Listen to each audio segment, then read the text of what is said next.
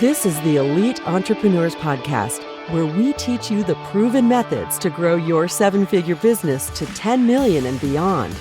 Please welcome your host, Brett Gilliland.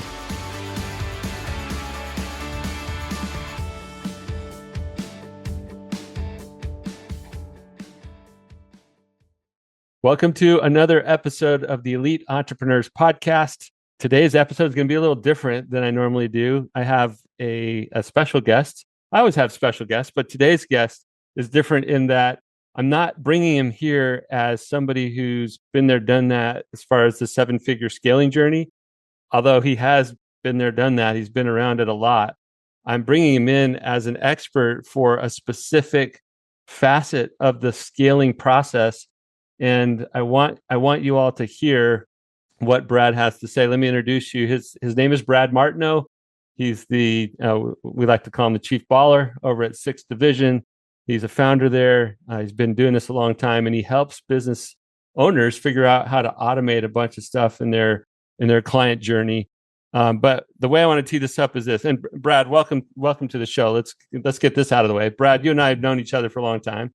How long has it been, do you think? I don't know, long enough that you probably could look back at when you first met. It was like, yeah, I met him when he was like a teenager. I think that might have been where my maturity level was when we met initially, but that was a long time ago back in the day. So thank you for having me. I'm excited to be here. Yeah, no. It was a long time ago. You certainly did not have that color beard. And I don't even know if you had facial hair back then, but I don't know. It was a while ago.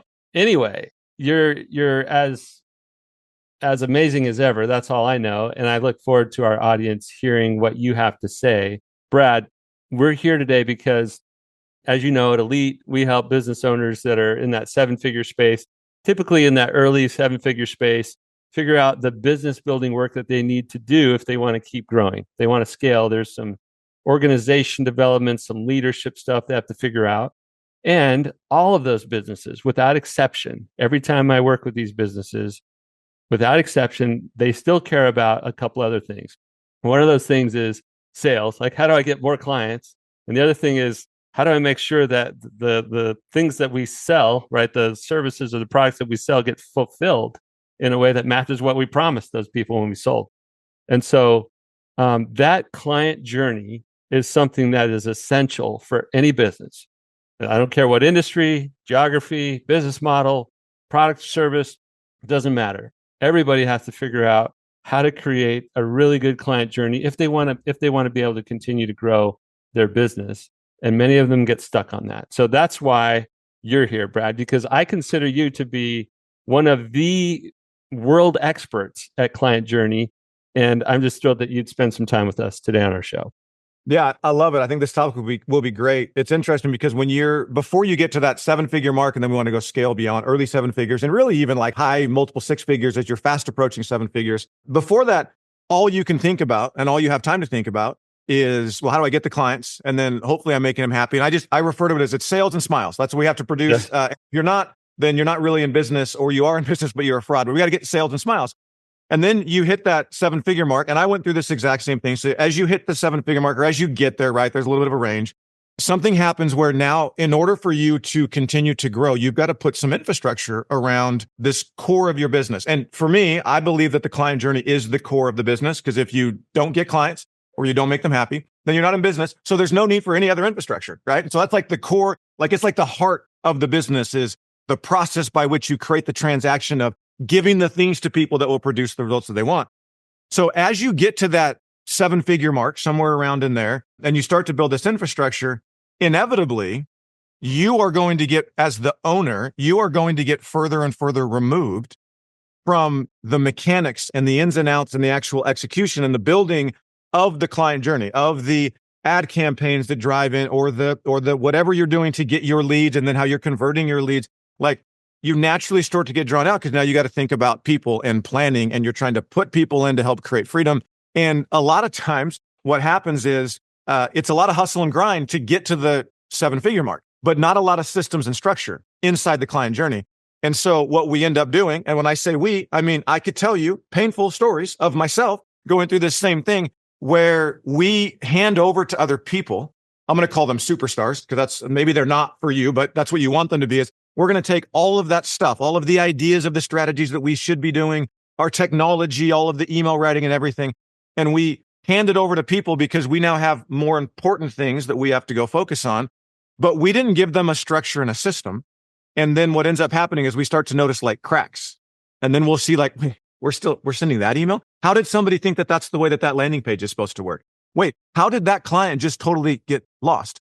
And so in this transition, if we don't have like an underlying system around how our client journey works, then we can create lots of problems. I don't know if you have felt that in your own business or if any of your clients have ever mentioned anything to that same effect. Oh yeah, completely. Yeah, you're singing our song over here. We've seen this. I've seen it myself. I'm right there with you when you say we. I'm part of the we. When it was just me or a couple of us getting clients and servicing them, we could do it on the backs of our values, right? Like we genuinely care. We face challenges with optimism. We own it. Like we had a way that we did things, and we could just personify those values in the way that we dealt with prospects and customers and deliver great value. But as that grew, it becomes unmanageable on the just to rely on people alone to figure all that out and to create something consistent. So there's an interesting analogy I came up with recently, and I haven't had a chance to share this with anybody. So I'm excited to share it here. Do you know what the difference is between a vector image and then a non-vector image? No, I don't. Okay, this is perfect. So a vector image is like Adobe Illustrator or whatever, but a vector image is one that you can scale to any size you want and it doesn't lose any quality. Oh, yeah. Now I do know what it is. Okay, yeah. Right? So that's a vector image. So I'm going to do at some point like a little email thing about this with a video about it. If you want to scale, you hit that like 7-figure mark. It's like, oh, I've got like a real business. This is something I could actually go put some real scale behind. But if you want to scale, have you ever taken a non-vector image and then try to blow it up? Yeah, I can see. It's all pixelated. It looks like garbage. It looks totally crappy. Yeah, and you've seen some of my slides, is what you're saying. I am not passing any judgments about anybody, of anything from anybody. But this idea, I think, will be really valuable for listeners if you can latch onto it. Is the thing that we're actually trying to scale when we talk about scaling a business is actually the client journey. It is the process by which we get clients and then make them happy. And then we want to do it way more. And if we want it to stay the way that we could do it when it was just a handful of us dealing with a handful of clients and we were in the weeds, we have to make it be a vector business or a vector client journey before we try to scale it. And what most people do is they're like kind of tired because they've been grinding. And they're like, hey, we hit this mark. I need some other people so that I got to bring them in because we're just trying to like make things work. And then we're giving them a non-vector file, but we're telling them that they should scale it. And then we're disappointed because it looks all pixelated, right? So hopefully that analogy helps be like, if you're in a business, you may have already grown to like multiple 7 figures into 8 figures and be like, yeah, but I got a pixelated 8 figures business and I want a vector one that has like super crystal clear lines in it. Cool. That's easily solvable. And the way we do it, I'm going to introduce just a term that you can use as you talk about the client journey that I think is really valuable because I believe that language matters a ton. Like the words that we use to describe the outcome that we want literally put blinders on us as far as what we think is possible. And most people, when they think about client journey, what they think about is conversion, and then they think about automation. And so they'll put those two terms together. It's a lot of marketing and sales, and then it's automation. And that's it creates a very narrow scope of what's possible. So what we do when we work with our clients is we say, no, here's what we're trying to build. We're trying to build a happy client factory. And I'm inviting you to adopt this term inside the business. Like, no, we're not trying to just create a client journey. We're not trying to automate our client journey. We're not trying to do crazy funnels or whatever. Like those are all pieces of it. But the overall outcome is a happy client factory so that I get the clients that I want. It includes getting clients and the number that you want and the type that you want. It includes making them happy. It goes back to the sales and the smiles. And then most importantly, the thing runs like a factory, meaning it's a vector format. And factory is a really important word. It's not just automation. If you think of like the very first factory that ever got created. Mm-hmm. And what was in there? Bunch of people. Following a process. And then as technology advanced, and by technology, I literally mean like physical tools first. As technology advanced, you have people using technology to follow a process. So what we want is happy client factory. It's based in a process. People can follow it. And then we use just the appropriate amount of technology to make it so that the people are super, super efficient. And then it becomes a vector format. Then we can sell. It's like, oh, that I just copy and I copy paste and I expand this whole thing. So Happy Client Factory would be like the term that I would suggest to start to plant in the mind. Yeah. Get it. And the last thing real quick, and then I'll let you come back in, because I feel like I'm kind of stealing the show, or I'm just monologuing here. No, you are the show. But the last piece I would say that's I think is really important is whether let's say you're like mid to low six figures and you're just listening to like, I want to get there, or you're fast approaching seven figures, or you're in the middle of like your first seven figures or your first multiple, or you're beyond at the 8-figure mark. If you feel like your client journey is pixelated, it doesn't mean you have to stop and then like scale your business down. Although in some cases that might be the right thing to do. What it means is you just become aware like, hey, I can solve a lot of the problems in this business if I get really clear on stopping just with automation and client journey. And I go back to, no, we're going to create a happy client factory. We're going to actually vector this thing. Even though we're at 8 figures, it'll be easier to scale to the next 8 figures or to whatever you're trying to do. It'll be a lot easier if we just take an approach that says, that's important. Like in the ideal timeline, it would be you grind, you get, start to approach the 7-figure mark and maybe even a little bit earlier. And then what you do is you go vector and you actually define the process first before you start putting people on it. But if you already have the people, then just define the process with the people. And then it'll become an unlocking point that will help take you to whatever the next milestone is you want to get to. Yeah, totally love that. I love all the language that you put together to help describe these desired outcomes and the way we get there. The happy client factory is an amazing concept. I love the word factory because of the kind of the predictable or repeatable results that come with that word, and the combination of people and technology, whether it's people in conveyor belts or people in physical tools and conveyor belts. Like it's whatever is needed to apply to the situation to get those desired results again and again and again. There are so many businesses, like if we just stop and actually consider, there's so many businesses where fully automating the business is not an accurate statement. Yeah. Like the business model itself, you're selling a service or a program, that process will require humans. Yeah. So when we look at technology, the goal is not automation. The goal is that I'm going to use automation to make the humans do the most valuable, important human work in the most human way possible. But I have to be able to think and plan across all of it. So yeah, I love, there's a reason. So I went with factory, and I've actually even done presentations like when we talk about automation where it's like automatic, not automated. And the reason why you're chasing automation, like the reason why that word is actually causing you to not get the results that you want. So yeah, think vector, think happy client factory. And what I believe will happen is lots of avenues will open up, and we can even dive in. Sorry, did you have something else you wanted to go? I do want to say one more thing about the vector analogy. I love the analogy, like completely love it. My only thought is I've seen some bad, non-vector images because I've used them in my slides, as I alluded to. I've seen it. But what I've seen with where this analogy breaks down is in the term or the idea of breaking down, because it's not just a vector or non-vector thing where it gets pixelated when you try to expand it. Somehow in some of these processes that I've seen in lots of businesses, it's not just pixelated, it's all broken up, right? It's almost like there are missing parts. There are degrees of pixelation. And whoever was selecting the file to export it out of Illustrator or whichever program they're in might have forgot to actually select a whole piece, or they might have not put it in the first. And it like breaks up. Yeah. Okay. So the assumption. Sorry, we should have clarified that. But the assumption in this idea of the vector client journey, the vector business, is that you actually put all the ingredients in the first place, right? Yeah. Like you forget the salt or the sugar or the flour or whatever it is in your ingredient. It doesn't matter how many of them you make; they're going to taste like crap, right? So we got to make sure we have all the ingredients in. And then we got to organize them so they can be vector and they can. Yes. Okay. So, Brad, talk to us more about key elements or way to think about this happy client factory, because every business needs to create this happy client factory for their business. What are some key points that you can share with our listeners to at least get them on a path?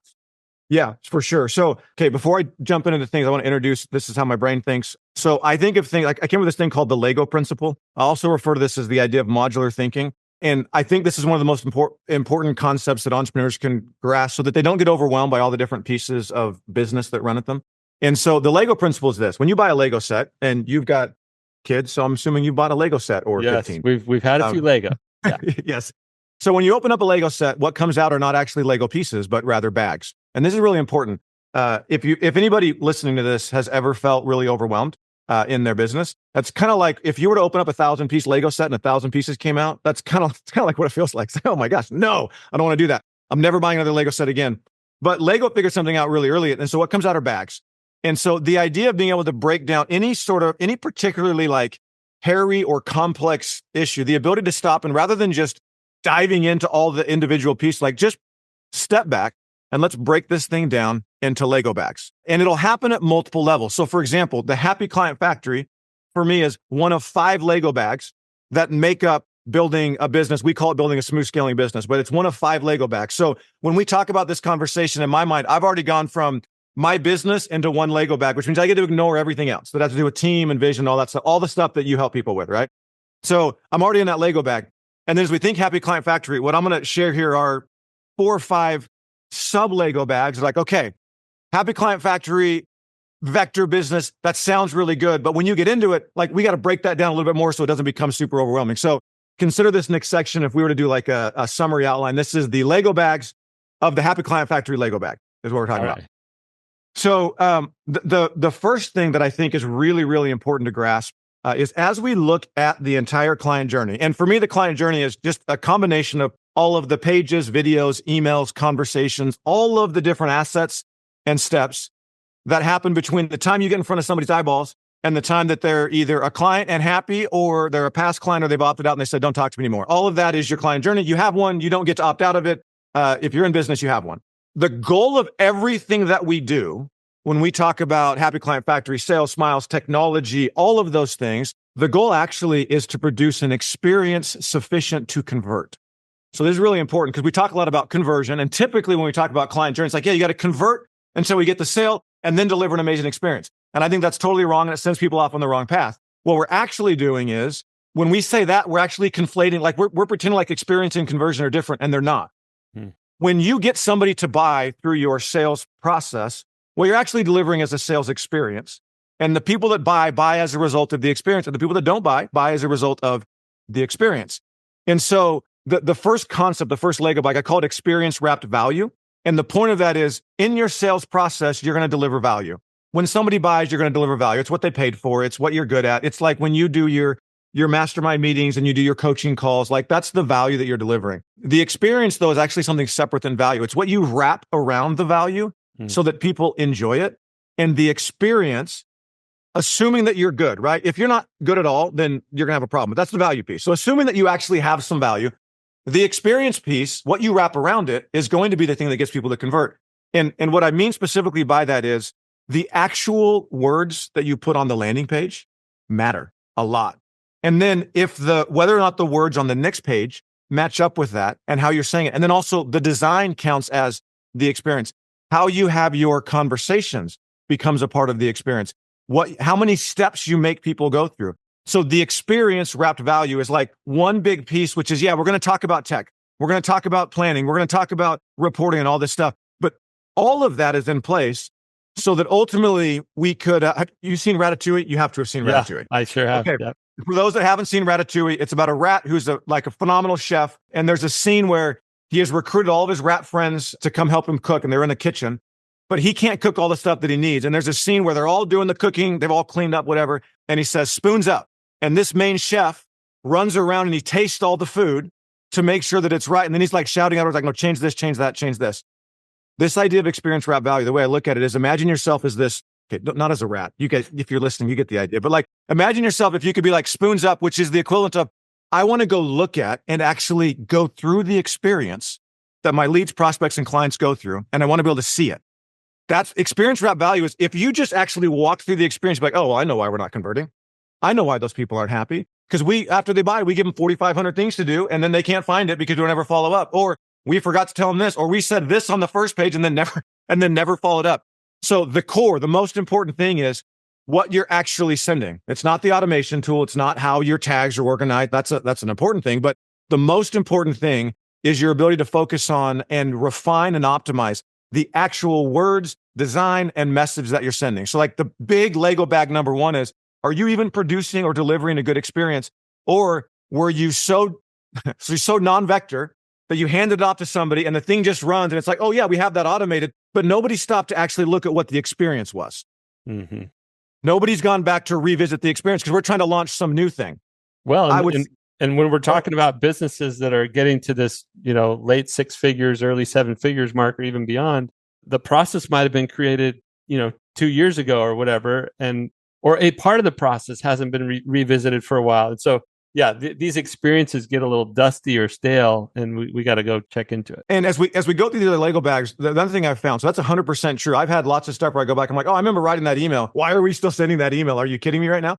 So that is 100% true. They get dusty. And so in your business, as you start to look at making this vector, you got to think, okay, well, we're going to talk about this as the very last Lego bag. But like, who's going to go back and look at those? And do you even know what they are? So you can just go find them.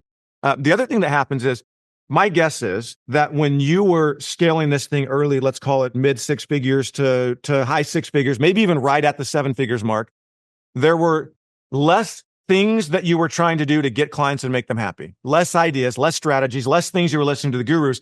And then you break through. And I think anyone watching this that's past the 7 figures mark is going to appreciate this. You break through like, I made it to 7 figures. Like that means something about me. And then I start to pay attention to a lot more people. And there is a lot more things that I should be doing. And so we stop. Sometimes the reason why we don't go back and look at what's already in place is because we're just trying to bolt on and add new things. And so we don't ever have time to go back. And then as we build those, like we're trying to go so fast because we got opportunities, we build them. But 90% of our energy is actually focused on just getting the thing up and running, with 10% that's like, oh yeah, just say whatever, that's fine. We'll come back to it. But then we never come back to it. Yeah. So we end up with a whole bunch of these things just sort of out there, but nobody's ever looked at them to think about what the actual experience is. So there's a thing to be aware of about all of the ideas that are out there that sometimes, and I would venture to argue almost all the time, you'll be better off being like, no, I'm not going to do those. I'm just going to go back and look at what I actually have and make it better. And I'll take the principles, but I'm going to apply it into what I'm doing so that it's tight. So experience wrap value is Lego bag number 1, and it immediately bleeds into the second one, which I've sort of already started to talk about, which is the whole thing's got to be coordinated and crack free. So the very top part is just, you got to make sure like somebody needs to be the experience whatever, who's like, I just go back and I review it. The second piece, and it's the part of the experience, is like when you go and the guru says, hey, you should do an automated webinar. And somebody else says, hey, you should do a lead magnet. And somebody else says, hey, you should do a quiz funnel. And somebody else says, hey, you should do an online course. And somebody else says, hey, you should, whatever the thing is they say that you should do. I could go on and on for another 30 minutes of all the things we're supposed to do. Whenever you take one of those ideas, you've got to bring it back to the core drawing board that is the overall client journey and be like, where does this piece fit? So I don't just have it like hanging out over here. Going back to like the vector analogy, like I don't want my core image over here. And then it's like, I got this thing over here and it seemed really cool when I grabbed it, but I never figured out how it actually fit into this picture. It's like, no, right. that doesn't work. So the other piece, what we talk about is it's got to be coordinated and crack-free mini journeys. Your overall client journey is just a combination of all of the individual strategies that you're trying to launch, but you've got to be able to stop and coordinate them so that they flow together. Otherwise, 1, it's impossible to deliver an amazing experience. And then 2, it's going to be full of cracks and you're just going to lose people all day long, all over the place. Yeah. Okay. Coordinated and crack-free. That's number 2. So first is experience. Second is coordinated and crack-free. Now at this point, we have experiences that we're aware of and we like, and we've like eliminated gaps. So now everybody is going through those experiences. Now, the third piece gets into the actual tech, whichever tech it is that you use. We have what we call is like, we want tidy tech. And what tidy tech means, as opposed to tech Jenga, I don't know if anyone's played tech. I don't know if you played Jenga before, but Jenga's like this pile of blocks and hopefully it doesn't fall apart. And that's probably a pretty good description for how most people's tech is. It's like, well, I hope I don't blow something up when I go do this thing. Tidy tech means that when you create your automations or your campaigns or your tags or your custom fields or whatever in your CRM or on your pages, that there's a process for how it gets done. And it's not just a process that is made up by whoever happens to do it that time. Like the business owns the process. And then when people come in to do work, regardless of what their role is, they follow the process. Tags are made the same way every time. Automations are made the same way every time. Names of pages, landing pages are made the same way every time. Like it's all done the same way. And the interesting thing with this one is sometimes people are like, oh, that sounds like a lot of work, whatever. I'm like, well, look, 1, if we raced, I would be way faster than you. Number 1, not because I've done this longer, but because I have a process. Anybody on my team would be way faster. So when you get your tech actually organized, what happens is you get more done faster. From an implementation standpoint, you can get more of the implementation done faster. And like I mentioned before, that we tend to spend 90% of our time just trying to get something launched. And like we have 10% time to focus on the experience. When you get tidy tech done, what happens is you can actually flip it to where it's like 10% of the time is on the launch of it. and 90% of the time is spent on the experience, which is the thing that converts, which is what we want. So the tidy tech piece is a really important piece where your business has a methodology. That's one of the main things that we help our clients with is like, well, we have that. So if you want to just install it, we can install it and it'll immediately flip how much time you have to spend in getting lost in the tech. And you can easily move people in and out of the tech role because it's all organized and there's a process for how to run it rather than having like the superstars, like the person that knows how to make high level or keep or active campaign or whatever works. Like, no, we have a process for how that gets organized. So tidy tech.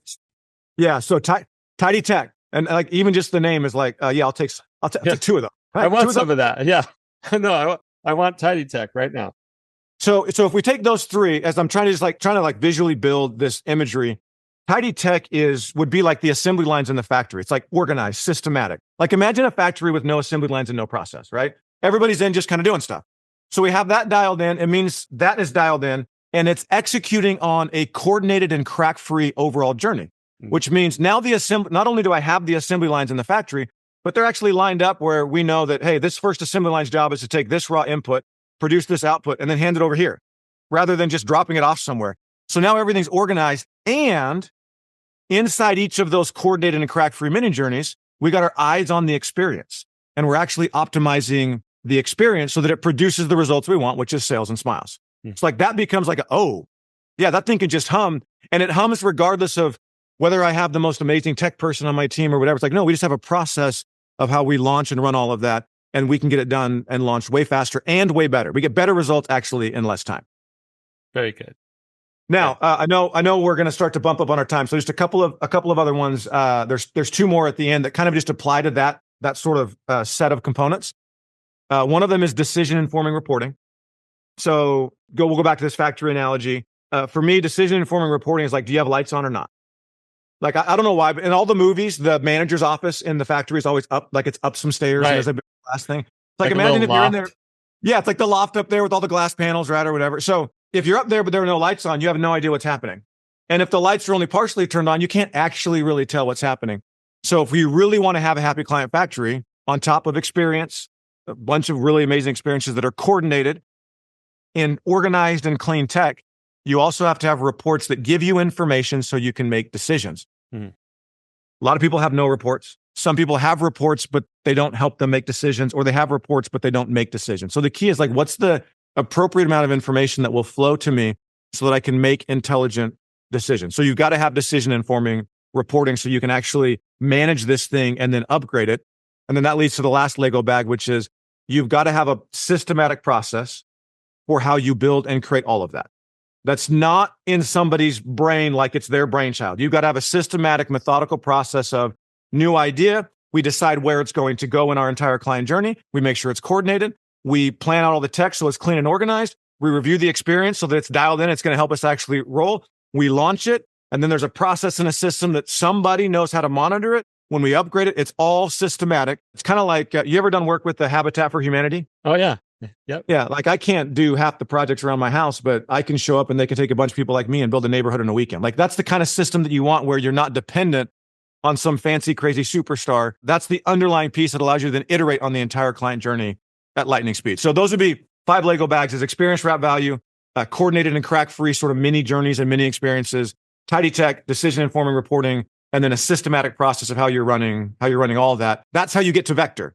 And then once you're at vector, you can go so much faster. So yeah, there is an investment to get there, but once you have it, you will be able to move at lightning speed with lightning clarity, crystal clear clarity. So that would be that's the idea. If you really want to take control of your happy client factory, your client journey, and turn it into a happy client factory, those are the 5 elements that you got to get dialed in.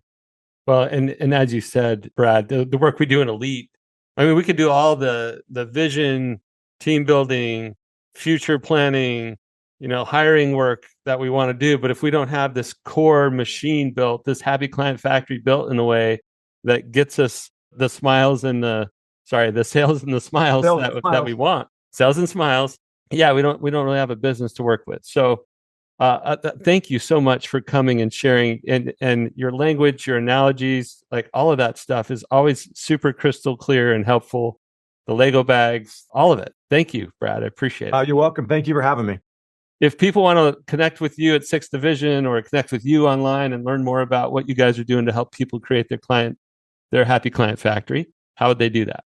Yeah, the best thing to do right now would actually be to go to smoothscaling.co. It's the easiest one to know how to spell too. So smoothscaling.co, and there's a form on there you can fill out to get on the newsletter. And it's basically smooth scaling with 6 divisions. So that's kind of like a marketing site we have. I would go there. I've got a YouTube channel, but if you go fill that out, then I'll point you to the easiest way to get access to whatever we're doing is go there. And then if you have any questions, you'll get a response from me. The initial response will 100% be automated, the appropriate use of automation. But if you hit reply, it will actually come straight to me. Happy to answer any questions that you have. So I would go check that out. You can also go to 6division.com if you want to, and check out what we got there. If you're like, oh yeah, all that stuff you talked about, and you can just help me, or I could just send my team to you and you'll show them how to do this and install that system on business for me. Yes, that's what we do. So you can go check that out. We'll hop on a call and walk through what it looks like. But yeah, just 6division.com or smoothscaling.co, either one would work great. All right. Awesome. Thank you, Brad. This has been exceptional. For all of you out there listening, please share, like, review, comment, do all those things to help this episode get in front of as many 7-figure business owners as possible. Not only do we want to help them all create happy client factories, but we want to help them do the business building work that will allow them to achieve their growth goals and the life that they want. So thanks for listening. We'll see you next time on another episode of the Elite Entrepreneurs Podcast.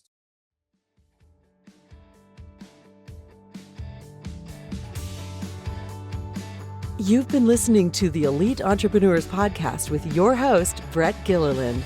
Be sure to leave a rating and review wherever you listen to your podcasts. You may also want to visit our website, eliteentrepreneurspodcast.com, to find additional resources to grow your business from 7 figures to 10 million and beyond.